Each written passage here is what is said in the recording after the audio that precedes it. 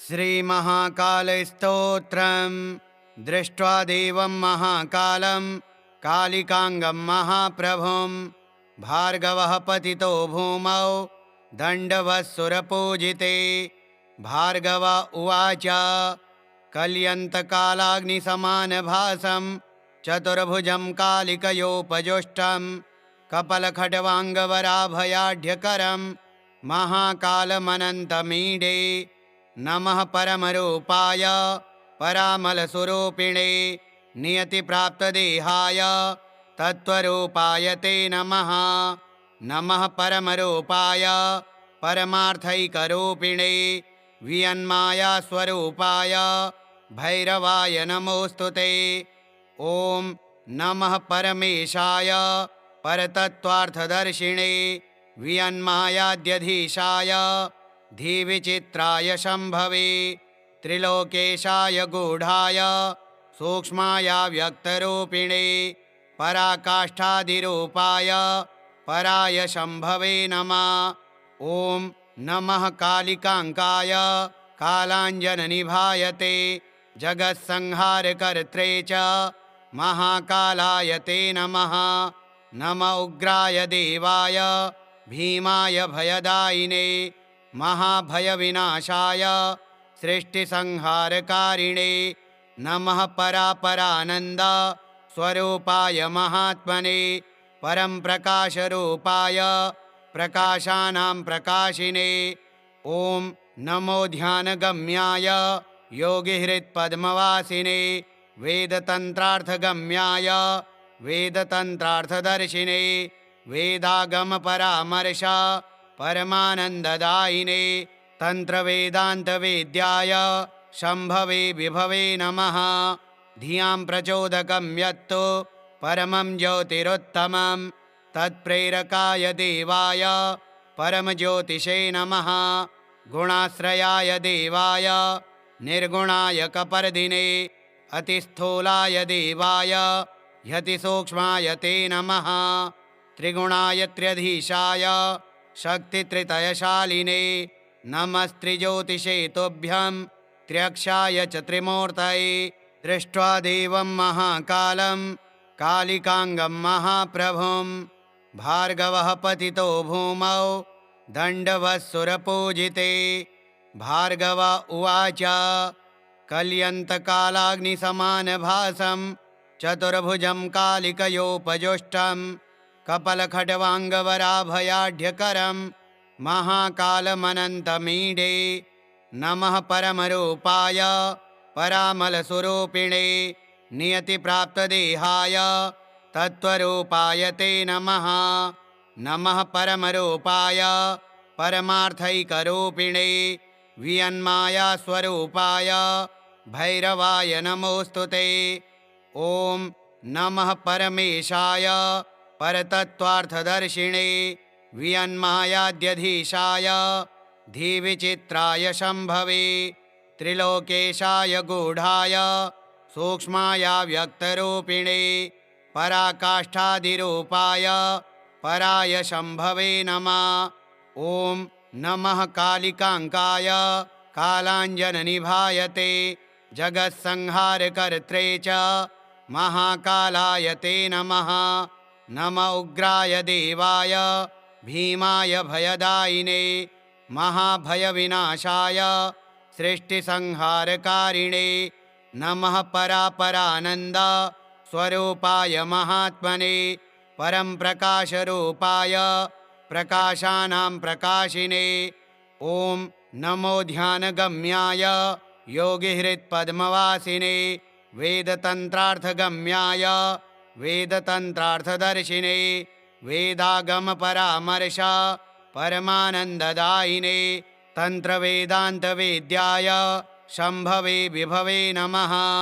धियां प्रचोदकं यत्तु परमं ज्योतिरुत्तमं तत्प्रेरकाय देवाय परमज्योतिषे नमः। गुणाश्रयाय देवाय निर्गुणाय कपर्दिने अतिस्थूलाय देवाय ह्यतिसूक्ष्माय ते नमः। त्रिगुणाय त्र्यधीशाय शक्तित्रितयशालिने नमस्त्रिज्योतिषे तुभ्यं त्र्यक्षाय च त्रिमूर्तये दृष्ट्वा देवं महाकालं कालिकांगं महाप्रभुं भार्गवः पतितो भूमौ दण्डवत्सुरपूजिते। भार्गव उवाच कल्यन्तकालाग्निसमानभासं चतुर्भुजं कालिकयोपजुष्टं कपलखड्वाङ्गवराभयाढ्यकरं महाकालमनन्तमीडे। नमः परमरूपाय परामलस्वरूपिणे नियतिप्राप्तदेहाय तत्त्वरूपाय ते नमः। नमः परमरूपाय परमार्थैकरूपिणे वियन्मायास्वरूपाय भैरवाय नमोऽस्तु ते। ॐ नमः परमेशाय परतत्त्वार्थदर्शिणे वियन्मायाद्यधीशाय धीविचित्राय शम्भवे त्रिलोकेशाय गूढाय सूक्ष्माय व्यक्तरूपिणे पराकाष्ठादिरूपाय पराय शम्भवे नमः। ॐ नमः कालिकाङ्काय कालाञ्जननिभाय ते जगत्संहारकर्त्रे च महाकालाय ते नमः। नम उग्राय देवाय भीमाय भयदायिने महाभयविनाशाय सृष्टिसंहारकारिणे नमः परापरानन्द स्वरूपाय महात्मने परं प्रकाशरूपाय प्रकाशानां प्रकाशिने। ॐ नमो ध्यानगम्याय योगिहृत्पद्मवासिने वेदतन्त्रार्थगम्याय वेदतन्त्रार्थदर्शिने वेदागमपरामर्श परमानन्ददायिने तन्त्रवेदान्तवेद्याय शम्भवे विभवे नमः। धियां प्रचोदकं यत्तु परमं ज्योतिरुत्तमं तत्प्रेरकाय देवाय परमज्योतिषे नमः। गुणाश्रयाय देवाय निर्गुणाय कपर्दिने अतिस्थूलाय देवाय ह्यतिसूक्ष्माय ते नमः। त्रिगुणाय त्र्यधीशाय शक्तित्रितयशालिने नमस्त्रिज्योतिषे तुभ्यं त्र्यक्षाय च त्रिमूर्तये दृष्ट्वा देवं महाकालं कालिकांगं महाप्रभुं भार्गवः पतितो भूमौ दण्डवत्सुरपूजिते। भार्गव उवाच कल्यन्तकालाग्निसमानभासं चतुर्भुजं कालिकयोपजुष्टं कपलखड्वाङ्गवराभयाढ्यकरं महाकालमनन्तमीडे। नमः परमरूपाय परामलस्वरूपिणे नियतिप्राप्तदेहाय तत्त्वरूपाय ते नमः। नमः परमरूपाय परमार्थैकरूपिणे वियन्मायास्वरूपाय भैरवाय नमोऽस्तु ते। ॐ नमः परमेशाय परतत्त्वार्थदर्शिने वियन्मायाद्यधीशाय धीविचित्राय शम्भवे त्रिलोकेशाय गूढाय सूक्ष्माय व्यक्तरूपिणे पराकाष्ठादिरूपाय पराय शम्भवे नमः। ॐ नमः कालिकाङ्काय कालाञ्जननिभाय ते जगत्संहारकर्त्रे च महाकालाय ते नमः। नम उग्राय देवाय भीमाय भयदायिने महाभयविनाशाय सृष्टिसंहारकारिणे नमः परापरानन्द स्वरूपाय महात्मने परं प्रकाशरूपाय प्रकाशानां प्रकाशिने। ॐ नमो ध्यानगम्याय योगिहृत्पद्मवासिने वेदतन्त्रार्थगम्याय वेदतन्त्रार्थदर्शिने वेदागमपरामर्श परमानन्ददायिने तन्त्रवेदान्तवेद्याय शम्भवे विभवे नमः। धियां प्रचोदकं यत्तु परमं ज्योतिरुत्तमं तत्प्रेरकाय देवाय परमज्योतिषे नमः। गुणाश्रयाय देवाय निर्गुणाय कपर्दिने अतिस्थूलाय देवाय ह्यतिसूक्ष्माय ते नमः। त्रिगुणाय त्र्यधीशाय शक्तित्रितयशालिने नमस्त्रिज्योतिषे तुभ्यं त्र्यक्षाय च त्रिमूर्तये दृष्ट्वा देवं महाकालं कालिकांगं महाप्रभुं भार्गवः पतितो भूमौ दण्डवत्सुरपूजिते। भार्गव उवाच कल्यन्तकालाग्निसमानभासं चतुर्भुजं कालिकयोपजुष्टं कपलखड्वाङ्गवराभयाढ्यकरं महाकालमनन्तमीडे। नमः परमरूपाय परामलस्वरूपिणे नियतिप्राप्तदेहाय तत्त्वरूपाय ते नमः। नमः परमरूपाय परमार्थैकरूपिणे वियन्मायास्वरूपाय भैरवाय नमोऽस्तु ते। ॐ नमः परमेशाय परतत्त्वार्थदर्शिणे वियन्मायाद्यधीशाय धीविचित्राय शम्भवे त्रिलोकेशाय गूढाय सूक्ष्माय व्यक्तरूपिणे पराकाष्ठादिरूपाय पराय शम्भवे नमः। ॐ नमः कालिकाङ्काय कालाञ्जननिभाय ते जगत्संहारकर्त्रे च महाकालाय ते नमः। नम उग्राय देवाय भीमाय भयदायिने महाभयविनाशाय सृष्टिसंहारकारिणे नमः परापरानन्द स्वरूपाय महात्मने परं प्रकाशरूपाय प्रकाशानां प्रकाशिने। ॐ नमो ध्यानगम्याय योगिहृत्पद्मवासिने वेदतन्त्रार्थगम्याय वेदतन्त्रार्थदर्शिने वेदागमपरामर्श परमानन्ददायिने तन्त्रवेदान्तवेद्याय शम्भवे विभवे नमः। धियां प्रचोदकं यत्तु परमं ज्योतिरुत्तमं तत्प्रेरकाय देवाय परमज्योतिषे नमः। गुणाश्रयाय देवाय निर्गुणाय कपर्दिने अतिस्थूलाय देवाय ह्यतिसूक्ष्माय ते नमः।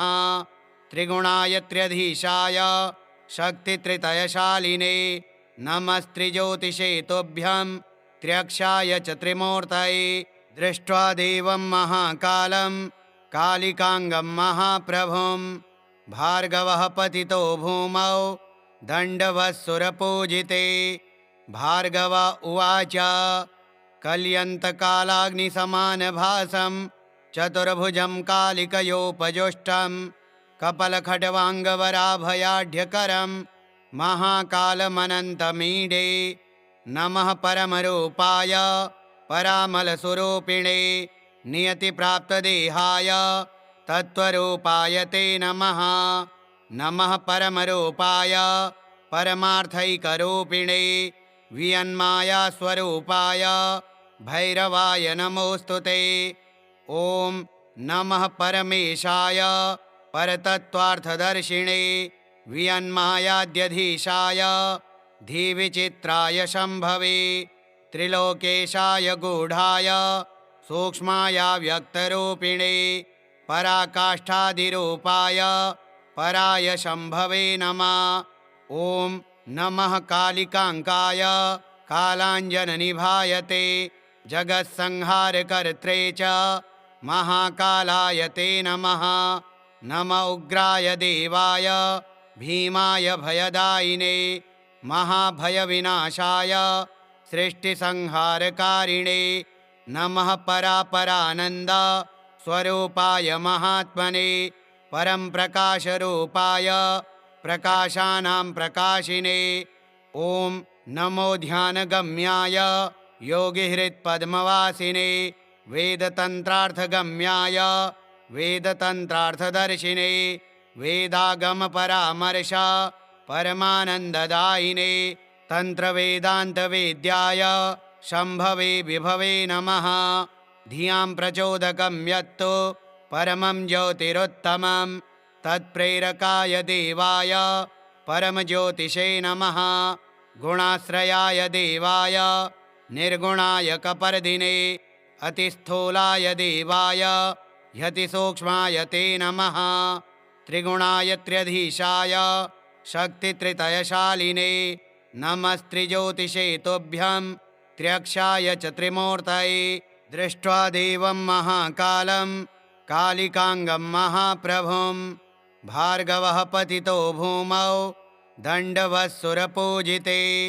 भार्गव उवाच कल्यन्तकालाग्निसमानभासं चतुर्भुजं कालिकयोपजुष्टं कपलखड्वाङ्गवराभयाढ्यकरं महाकालमनन्तमीडे। नमः परमरूपाय परामलस्वरूपिणे नियतिप्राप्तदेहाय तत्त्वरूपाय ते नमः। नमः परमरूपाय परमार्थैकरूपिणे वियन्मायास्वरूपाय भैरवाय नमोऽस्तु ते। ॐ नमः परमेशाय परतत्त्वार्थदर्शिणे वियन्मायाद्यधीशाय धीविचित्राय शम्भवे त्रिलोकेशाय गूढाय सूक्ष्माय व्यक्तरूपिणे पराकाष्ठादिरूपाय पराय शम्भवे नमः। ॐ नमः कालिकाङ्काय कालाञ्जननिभाय ते जगत्संहारकर्त्रे च महाकालाय ते नमः। नम उग्राय देवाय भीमाय भयदायिने महाभयविनाशाय सृष्टिसंहारकारिणे नमः परापरानन्द स्वरूपाय महात्मने परं प्रकाशरूपाय प्रकाशानां प्रकाशिने।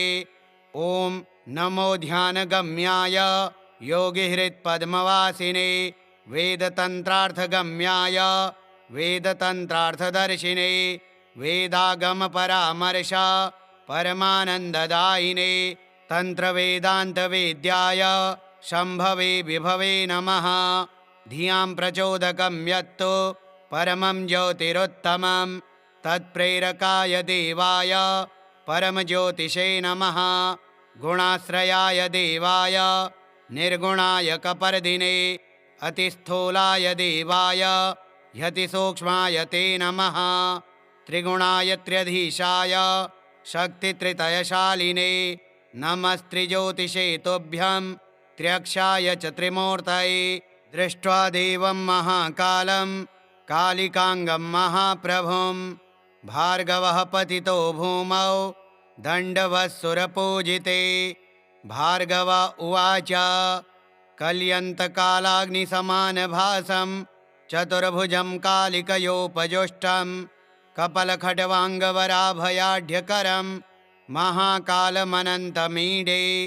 नमः परमरूपाय परामलस्वरूपिणे नियतिप्राप्तदेहाय तत्त्वरूपाय ते नमः। नमः परमरूपाय परमार्थैकरूपिणे वियन्मायास्वरूपाय भैरवाय नमोऽस्तु ते। ॐ नमः परमेशाय परतत्त्वार्थदर्शिणे वियन्मायाद्यधीशाय धीविचित्राय शम्भवे त्रिलोकेशाय गूढाय सूक्ष्माय व्यक्तरूपिणे पराकाष्ठादिरूपाय पराय शम्भवे नमः। ॐ नमः कालिकाङ्काय कालाञ्जननिभाय ते जगत्संहारकर्त्रे च महाकालाय ते नमः। नम उग्राय देवाय भीमाय भयदायिने महाभयविनाशाय सृष्टिसंहारकारिणे नमः परापरानन्द स्वरूपाय महात्मने परं प्रकाशरूपाय प्रकाशानां प्रकाशिने। ॐ नमो ध्यानगम्याय योगिहृत्पद्मवासिने वेदतन्त्रार्थगम्याय वेदतन्त्रार्थदर्शिने वेदागमपरामर्श परमानन्ददायिने तन्त्रवेदान्तवेद्याय शम्भवे विभवे नमः। धियां प्रचोदकं यत्तु परमं ज्योतिरुत्तमं तत्प्रेरकाय देवाय परमज्योतिषे नमः। गुणाश्रयाय देवाय निर्गुणाय कपर्दिने अतिस्थूलाय देवाय ह्यतिसूक्ष्माय ते नमः। त्रिगुणाय त्र्यधीशाय शक्तित्रितयशालिने नमस्त्रिज्योतिषे तुभ्यं त्र्यक्षाय च त्रिमूर्तये दृष्ट्वा देवं महाकालं कालिकाङ्गं महाप्रभुं भार्गवः पतितो भूमौ दण्डवत्सुरपूजिते। भार्गव उवाच कल्यन्तकालाग्निसमानभासं चतुर्भुजं कालिकयोपजुष्टं कपलखड्वाङ्गवराभयाढ्यकरं महाकालमनन्तमीडे। नमः परमरूपाय परामलस्वरूपिणे नियतिप्राप्तदेहाय तत्त्वरूपाय ते नमः। नमः परमरूपाय परमार्थैकरूपिणे वियन्मायास्वरूपाय भैरवाय नमोऽस्तु ते। ॐ नमः परमेशाय परतत्त्वार्थदर्शिने वियन्मायाद्यधीशाय धीविचित्राय शम्भवे त्रिलोकेशाय गूढाय सूक्ष्माय व्यक्तरूपिणे पराकाष्ठादिरूपाय पराय शम्भवे नमः। ॐ नमः कालिकाङ्काय कालाञ्जननिभाय ते जगत्संहारकर्त्रे च महाकालाय ते नमः। नम उग्राय देवाय भीमाय भयदायिने महाभयविनाशाय सृष्टिसंहारकारिणे नमः परापरानन्द स्वरूपाय महात्मने परं प्रकाशरूपाय प्रकाशानां प्रकाशिने। ॐ नमो ध्यानगम्याय योगिहृत्पद्मवासिने वेदतन्त्रार्थगम्याय वेदतन्त्रार्थदर्शिने वेदागमपरामर्श परमानन्ददायिने तन्त्रवेदान्तवेद्याय शम्भवे विभवे नमः।